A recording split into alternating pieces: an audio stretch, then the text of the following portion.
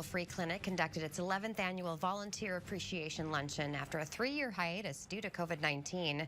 So since opening in 2007, the Free Clinic has served more than 2,000 locals. Hospital administrators presented awards to recognize the efforts of volunteers and donors from 2022, as well as those who worked through the pandemic.